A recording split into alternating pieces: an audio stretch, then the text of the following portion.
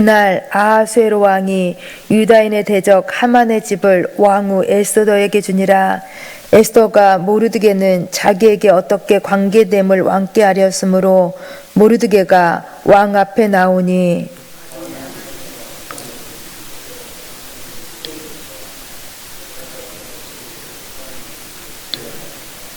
에스더가 다시 왕 앞에서 말씀하며 왕의 발 아래 엎드려 아각 사람 하만이 유다인을 해하려 한 악한 꾀를 제거하기를 운며 구하니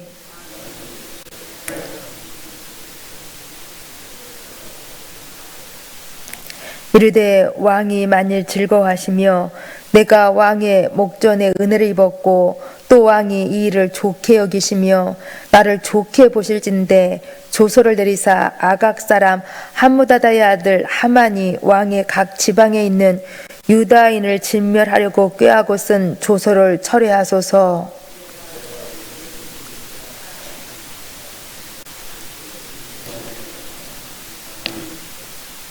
아하수에로 왕이 왕후 에스더와 유다인 모르드게에게 이르되 하만이 유다인을 살해하려 함으로 나무에 매달렸고 내가 그 집을 에스더에게 주었으니 너희는 왕의 명의로 유다인에게 조서를 뜻대로 쓰고 왕의 반지로 인을 칠지어다. 왕의 이름을 쓰고 왕의 반지로 인친 조서는 누구든지 철회할 수 없음이니라 하니라. 아멘. 모든 유다인들을 죽이려고 음모를 꾸몄던 하만이 죽었습니다. 모르드게를 매달기 위하여서 자신이 세운 50규빗의 나무에 달려서 하만이 죽었습니다.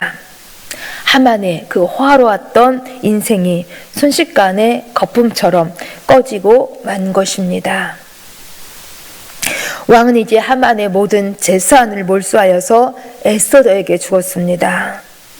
당시 페르시아 법에 의하면 범죄자의 모든 재산은 왕에게 귀속되었기 때문입니다. 이처럼 하만의 죽음으로 인하여서 이제 모든 문제가 겉으로는 해결된 듯 보였습니다. 그렇지만 남아있는 문제가 더 있었습니다. 하만이 남기고 간 조서입니다. 모든 유다인들을 진멸하라고 전국에 공포되어진 조서가 아직 남아 있었다라는 것입니다. 왕의 도장이 찍힌 한 번 내려진 조서는 철회할 수가 없었습니다. 만약 조서가 철회가 된다면 왕의 권위가 심각하게 실추가 되었기 때문입니다. 그러니 왕의 조서는 이랬다가 저랬다가 할 수 있는 것이 아니었습니다. 설령 그 조서가 오판이었다고 할지라도 그 조서는 끝까지 진행되는 것이 고대 페르시아 왕국의 전통이었습니다. 그래야만 왕권이 흔들리지 않기 때문인 것입니다. 그러니 하만이 죽었을지라도 하만으로 인하여서 이미 내려진 조서는 여전하게 유효했기 때문에 12월 13일이 되면 바사에 있는 모든 유다인들은 공격을 당할 수밖에 없는 상황이었습니다. 그래서 에스더는 다시 한번 민족을 구하기 위하여서 죽음을 각오하고 왕에게 나아가서 간절하게 간청을 합니다. 우리 함께 5절 말씀을 같이 읽습니다. 본문 5절입니다. 이르되 왕이 만일 즐거워하시며 내가 왕의 목전에 은혜를 입었고 또 왕이 이 일을 좋게 여기시며 나를 좋게 보실진대 조서를 내리사 아각 사람 함무다다의 아들 하만이 왕의 각 지방에 있는 유다인을 진멸하려고 꾀하고 쓴 조서를 철회하소서. 아멘. 여기 보시면 에스더는 조서를 철회하소서라고 간청하면서 왕의 입장을 최대한 고려하면서 최고의 예를 갖추고 있는 예서를 볼 수가 있습니다. 즉 왕이 만일 즐거워하시며 왕의 목전에 은혜를 입었고 왕이 이 일을 좋게 여기시며 나를 좋게 보실진대 라는 이러한 말들은 예서더가 왕의 위신을 세워주고 왕을 난처하지 않게 하려는 에스더의 공손함을 보여주고 있는 것입니다. 왕은 이러한 에스더의 공손한 모습을 이제 보면서 이렇게 말합니다. 우리 함께 본문 8절도 같이 읽습니다. 8절입니다. 너희는 왕의 명의로 유다인에게 조서를 왕의 반지로 인을 칠지어다. 왕의 이름을 쓰고 왕의 반지로 인친 조서는 누구든지 철회할 수 없음이니라 하니라. 아멘. 너희는 왕의 명의로 조서를 뜻대로 쓰고. 왕은 에스더와 모르드에게 새로운 조서를 마음대로 쓸 수 있도록 정권을 위임해 주었습니다. 하만의 조서를 왕이 처리하면 노골적으로 왕의 위신이 깎이는 일이었지만은, 그러나 또 하나의 새로운 조서를 쓰면 왕의 위신을 최대한 깎지 않고 유다인을 살릴 수 있는 방법이 되었기 때문인 것입니다. 왕은 자신의 위신이 하락될 위험을 감수하면서까지도 새로운 방법을 알려주면서 에스더의 청을 들어주었던 것입니다. 이 모습은 온 세상의 왕이신 우리 하나님께서 죄인들에게 영원한 죽음을 예고하셨지만은 죄인을 구원하시기 위하여서 자신이 직접 십자가를 지셨던 그 모습을 우리로 하여금 떠올리게 합니다. 이제 에스더와 모르드게는 왕이 알려준 대로 유다인들을 구할 방법을 찾았기 때문에 즉시 새로운 조서를 만들어서 전국에 전하는 일에 착수를 합니다. 유다인들을 구원할 새로운 왕의 조서가 매우 급하게 페르시아 127도 모든 지방에 전달이 되었습니다. 유다인들의 생명을 살려야 하는 일이었기 때문에 지체할 수가 없었던 것입니다. 여기 새로운 조서의 내용은 이것입니다. 모든 유다인들은 함께 모여서 생명을 보호하라는 것이었습니다. 자신들을 죽이려고 오는 자들을 방어하기 위하여서 그들을 대신 죽이라는 것이었습니다. 그들의 아내와 자식도 죽이고 재산을 탈취하라는 것이었습니다. 12월 13일 하루 동안만 이렇게 하라는 것이었습니다. 이 조서는 유다인들에게 자기를 방어할 수 있는 모든 권한을 부여함으로써 유다인들의 구원을 선포하는 조서였던 것입니다. 이때가 3월 23일이었습니다. 그러니까 하만이 유다인들을 멸하기 위하여 조서를 내린 지 70일이 되는 날에 유다인들에게 구원의 소식이 선포된 것입니다. 마치 유다 백성들에게 바벨론 포로 70년 만에 회복을 선포하신 하나님의 말씀을 떠올리게 하는 조서였습니다. 이제 유다 백성들은 멸망할 수밖에 없었던 그 12월 13일이 멸망의 날이 아닌 생명의 날로 바뀌었습니다. 놀라운 반전이 일어난 것입니다. 위대한 승리가 유다 백성들에게 주어진 것입니다. 이러한 사실을 오늘 본문 에스더 8장은 우리 가운데 기록해주고 있습니다. 우리는 여기서 우리 하나님에 대해서 이것 두 가지를 우리는 확신할 수가 있습니다. 첫째, 우리 하나님께서는 자기 백성들을 위해서 일하고 계셨다라는 것입니다. 물론 에스더서는 성경 66권 중에서 유일하게 하나님이라는 직접적인 언급이 없습니다. 그렇지만 에스더서는 이 하나님이라는 언급이 없지만은, 그래서 에스더서가 마치 고통 속에 있는, 위기 속에 있는 당시 유다 백성들 속에서 우리 하나님께서는 침묵하신 하나님으로, 부재하신 하나님으로 보여질 수가 있습니다.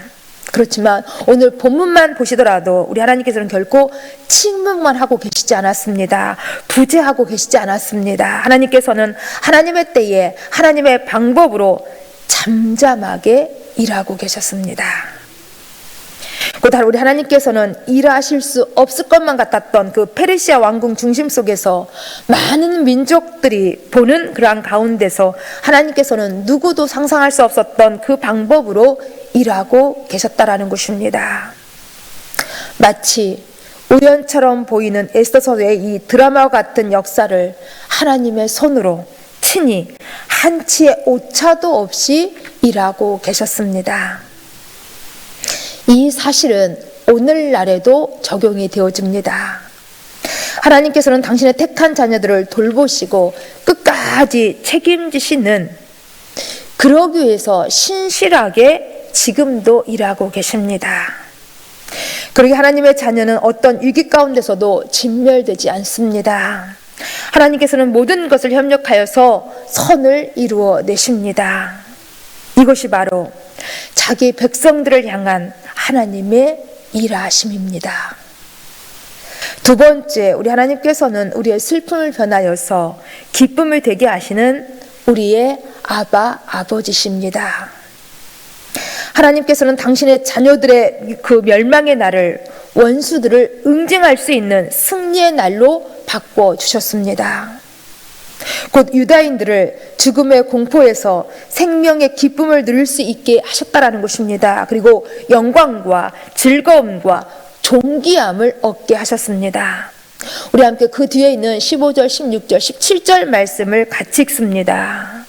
15절부터 모르드게가 푸르고 흰 조복을 입고 큰 금관을 쓰고 자색하는 배 겉옷을 입고 왕 앞에서 나오니 수산성이 즐거이 부르며 기뻐하고 유다인에게는 영광과 즐거움과 기쁨과 존귀함이 있는지라.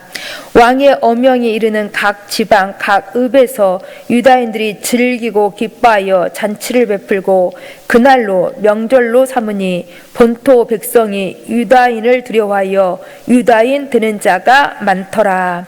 아멘. 사실 모르드게는 얼마 전까지만 해도 베옷을 입고 절망의 자리에 있었던 사람입니다. 그런데 이제 모르드게는 베옷을 벗고 푸르고 흰 조복인 페르시아 관복을 입고 있습니다. 그것도 왕실에 속한 고위 관료가 있는 옷을 입고 있습니다. 더 나아가서 큰 금관까지 쓰고 있습니다. 완전히 달라진 모르드게의 모습, 유다인들의 모습을 보여주고 있습니다. 이 모습은 우리들 가운데서도 그대로 적용할 수 있는 그러한 모습입니다. 우리도 죄로 죽을 수밖에 없는 절망 상태에 있었습니다. 나무에 달려서 저주 가운데 멸망당해도 마땅한 죄인이 바로 우리였다라는 것입니다. 그런데 그렇게 멸망을 앞둔 우리 앞에 놀라운 반전이 시작이 되었습니다. 바로 예수 그리스도를 통해서였습니다. 예수 그리스도를 통하여서 긍휼이 풍성하신 우리 하나님께서 우리를 사랑하신 그 큰 사랑으로 인하여서 허물로 죽은 우리를 그리스도와 함께 살리셨습니다. 예수 그리스도로 인하여서 우리 가운데 영원한 생명을 주셨습니다. 예수 그리스도 안에 있는 생명의 성령의 법이 죄와 사망의 법에서 우리를 해방시켜 주셨습니다. 그리고 우리에게 영원한 승리를 주셨습니다. 하나님의 자녀된 권세와 더불어서 하늘의 유업을 얻게 해주셨습니다. 이제 우리는 생명의 은총 속에서 하나님의 형상이 회복이 되었습니다. 그러게 우리는 비록 지금 우리가 어떠한 슬픔과 어떠한 아픔, 절망의 자리 가운데 있다 할지라도 우리 가운데 소망이 있는 것은 구원의 하나님께서 우리의 아버지가 되시기 때문인 것입니다. 우리는 이 사실 때문에 우리가 어떤 상황 가운데서도 기뻐하고 즐거워할 수 있는 것입니다. 이 하나님 항상 잠잠히 바라보시면서 정말 선한 청지기로 착하고 충성된 모습으로 살아가실 수 있기를 간절히 소망합니다. 우리 기도하시겠습니다. 긍휼이 풍성하신 참 좋으신 아버지 하나님, 감사함을 드립니다. 우리를 사랑하신 그 큰 사랑으로 허물로 죽은 우리를 살려주셨으니 참 감사함을 드립니다. 예수 그리스도 안에 있는 생명의 성령의 법이 우리를 죄와 사망의 법에서 해방시켜 주셨으니 참으로 감사함을 드립니다. 이런 하나님의 은혜는 늘 우리를 향하여 일하고 계심을 믿습니다. 우리의 아버지가 되셔서 우리의 모든 아픔을 기쁨으로 바꿔 주실 줄을 믿습니다. 이 하나님, 우리 항상 잠잠히 바라보면서 늘 하나님과 연합된 삶 살아갈 수 있도록 도와주시옵소서. 예수님 이름으로 기도합니다. 아멘.